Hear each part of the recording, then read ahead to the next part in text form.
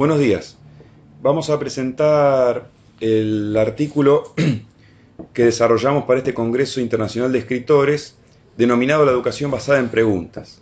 Básicamente, lo que nos motiva a este artículo es observar las diferentes prácticas que llevamos adelante los docentes universitarios cuando cumplimos las funciones sustantivas o características de nuestra labor docente en la universidad: la docencia, la investigación y la extensión. Lo que nos lleva a desarrollar este escrito es observar cómo actuamos de manera diferente cuando llevamos a cabo la labor de investigación o científica que cuando llevamos a cabo la labor docente. ¿Por qué actuamos diferente?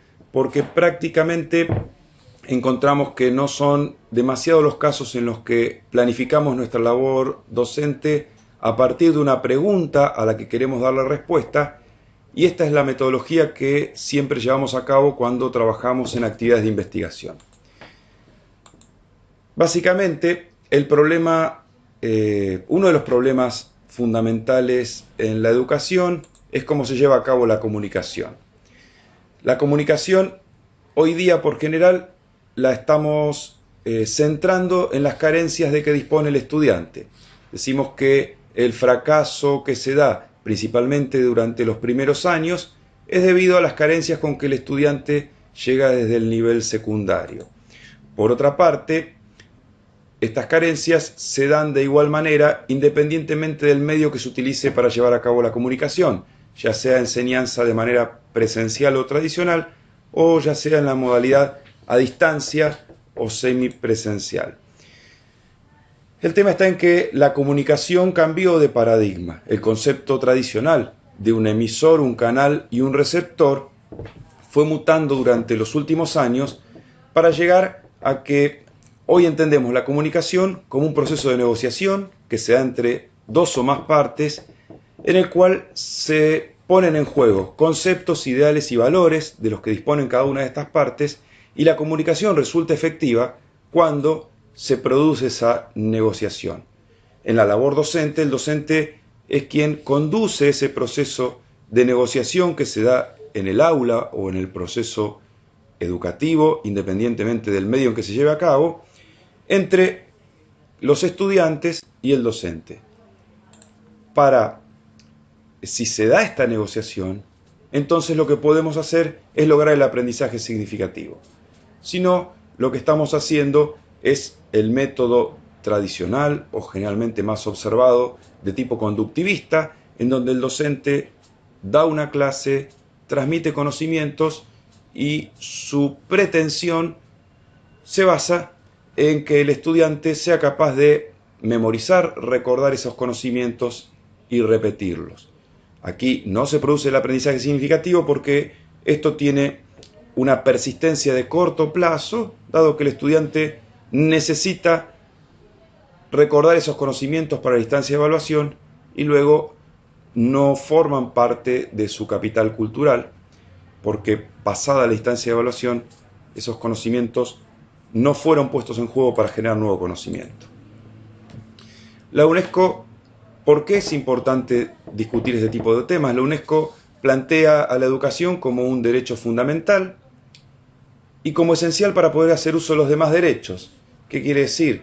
Que, y esto es fundamental en aquellos casos en que existen restricciones respecto del ingreso a los niveles educativos. Quien no puede ejercer el derecho a la educación va a verse limitado en el uso de los demás derechos. Para esto, obviamente, es importante que la educación sea de carácter gratuito, obligatoria y de calidad. Se debieran dar estas tres condiciones, ¿no? Gratuita, no arancelada, o sea, que no existan aranceles, que haya niveles que sean de carácter obligatorio y que el servicio sea un servicio de calidad. El tema está en qué persigue este sistema educativo. Un sistema educativo, ¿qué persigue?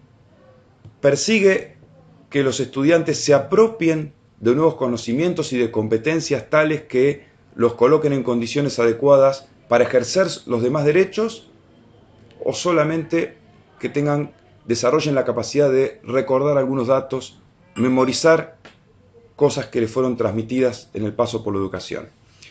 Si aplicamos aquí el enfoque sistémico al proceso educativo, podemos partir de una definición que da Piaget, que es que los aprendizajes más significativos, que resultan relevantes y duraderos, siempre se producen partiendo de un conflicto cognitivo.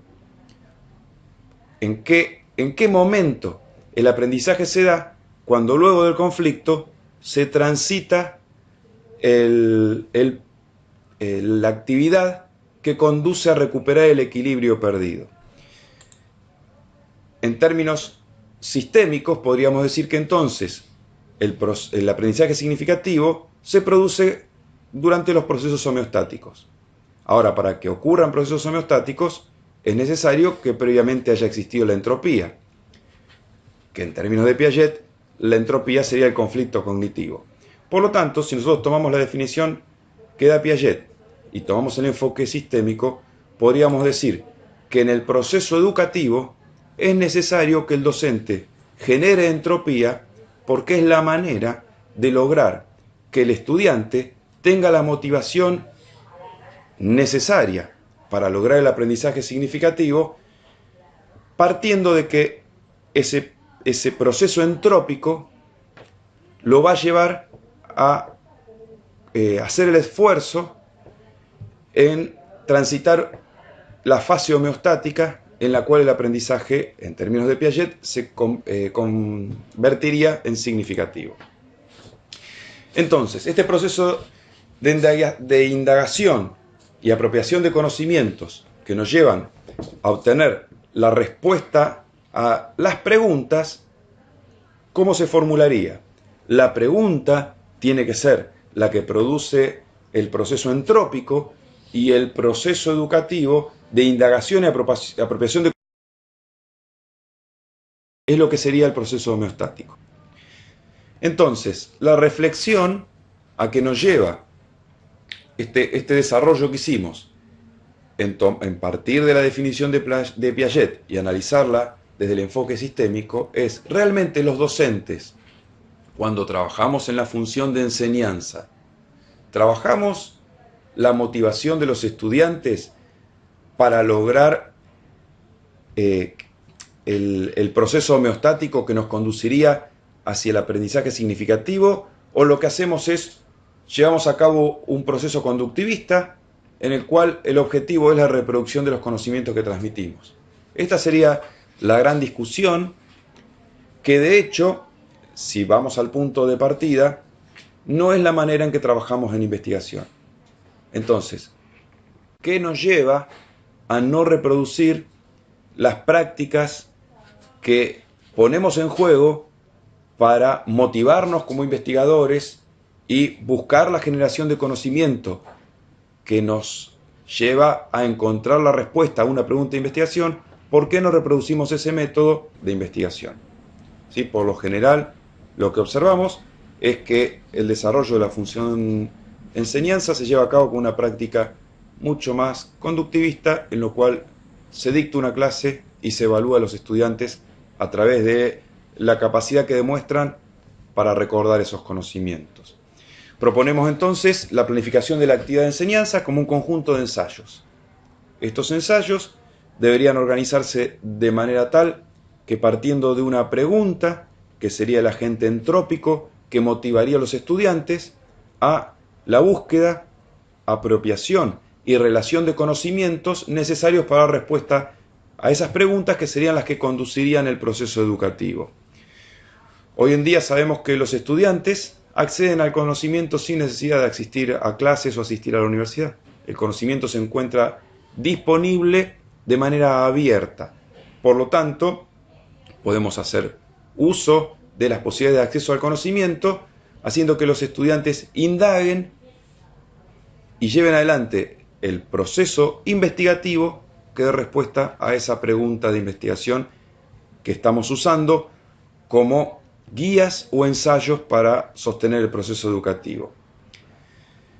El rol del docente consistirá en conducir al estudiante hacia el proceso de interrelación de conocimientos que terminará generando el aprendizaje significativo y no la mera memorización de información. Bueno, esto es todo. Esperemos que les haya interesado la idea que estamos empezando a desarrollar. Es un trabajo que recién está en su fase inicial. Cualquier cosa que hagamos a su disposición está en los correos electrónicos aquí en esta diapositiva. Muchas gracias.